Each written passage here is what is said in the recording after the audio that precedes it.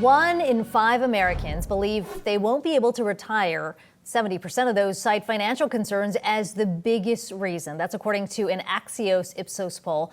We're going to help you get retirement ready by breaking down what you need to know about the different types of retirement accounts that are available. Lucky for us, we've got Yahoo Finance's Kerry Hannon in studio with all the details. There's a lot of questions around this right now, especially given how choppy the markets have been. How do you think people should be thinking about retirement, and where do you start? Yeah, I mean, my favorite thing is to tell people, don't think that you're saving for retirement. You're saving for your life, right? So this is a better way to reframe it. If you're lucky enough to have an employer-sponsored plan, like a 401k, and 50% of Americans do not.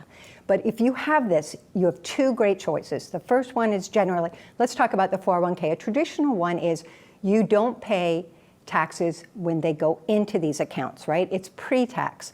And so you get the deduction today. But when you do take the money out, you are taxed on that. And you have to take the money out by age 72.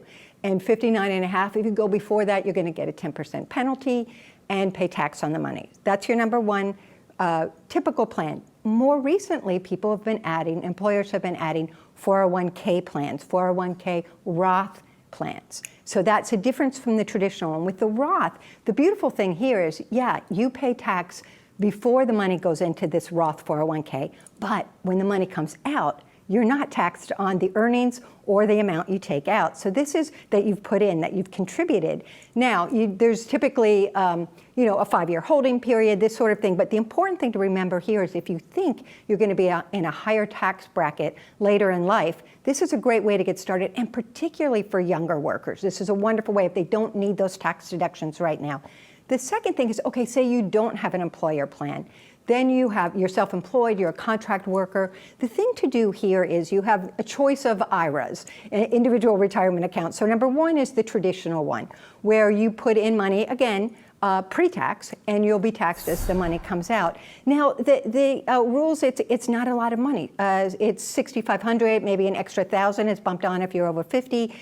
There's a SEP IRA. There's also a Roth IRA. Mm-hmm. Same idea as your Roth 401k, right? So you're going to pay the taxes first, then you put it in. Again, this is a play on what your tax rates might be afterwards. But the beauty of it is not paying tax when you pull that money out. And you have more flexibility. You don't have to take it out at age 72. Now, the other piece of this is a SEP IRA, which I love SEP IRAs if you're in business for yourself, because you can contribute up to 25% of your net income. And this is a really big help when you get started with retirement. So these are some of the basic plans. So I think people need to be encouraged to look at these as things to really help you have future financial security, even if you start small. So Kerry, once you have these accounts set up, what types of investment decisions will you have to make once those are all set? Yeah, so the first thing, Allie, you need to do is automate. So that before you even make any decisions, I want you to think in your head you're going to, have the reason you sign up for that 401k with your employer or you start your own IRA is automatically have that money taken out of your paycheck right away, so you don't even think about it. Also, put in auto escalation so that each year it's going to bump up 1%. Decide how much you want to contribute. I suggest that people contribute as much as their employer is willing to contribute, because they contribute based on what you contribute. Most employers who offer this match is 4 to 6%. So at least save that amount. Most experts tell you, if you can save 15% for retirement every year, the combination of your employer's contribution and yours, beautiful. Not me, most people can do that. But start small. And if you do that auto escalation, it bumps up each year. So those are just some immediate sort of nuts and bolts. What I'd like to say about, then people say they look at that list of what do I invest in, especially with your 401k, right? It's a bit daunting. So what you need to do is say, okay, let's keep it simple. And what's become super hot recently is having a target fund. And most employers are offering these in the suite of different mutual funds you can invest in. With a target fund, it's invested based on when you want to retire. So it starts with sort of heavy in stocks, just glides on down as you get closer to retirement to more less risky cash, fixed investments, bonds, that kind of thing. So you get that nice swing down, and you don't have to make a lot of important decisions all by yourself if you're not a stock jockey, so to speak. The next thing here that I'm a big fan of target funds, as I said, but I'm a big fan of index funds. So sometimes for many people, all you need is a total stock fund. a total U.S. stock fund, a total international stock fund, a total bond fund, and I like the S&P 500 index fund, but this is simple. It's their baskets of stocks. It's balanced. No, you're not necessarily going to be hitting out of the ballpark with these things, but it's really a nice balanced way to invest. Steady gains, put your money there and don't look at it, Yes. right? During That's the key. choppy environment.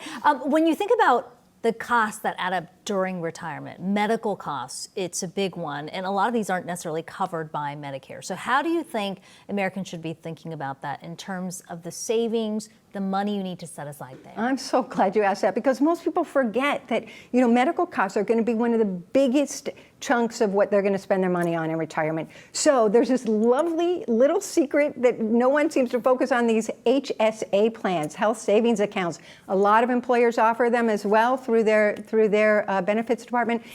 But you need a high deductible health insurance plan. You can do it on your own if you're a contractor or self-employed.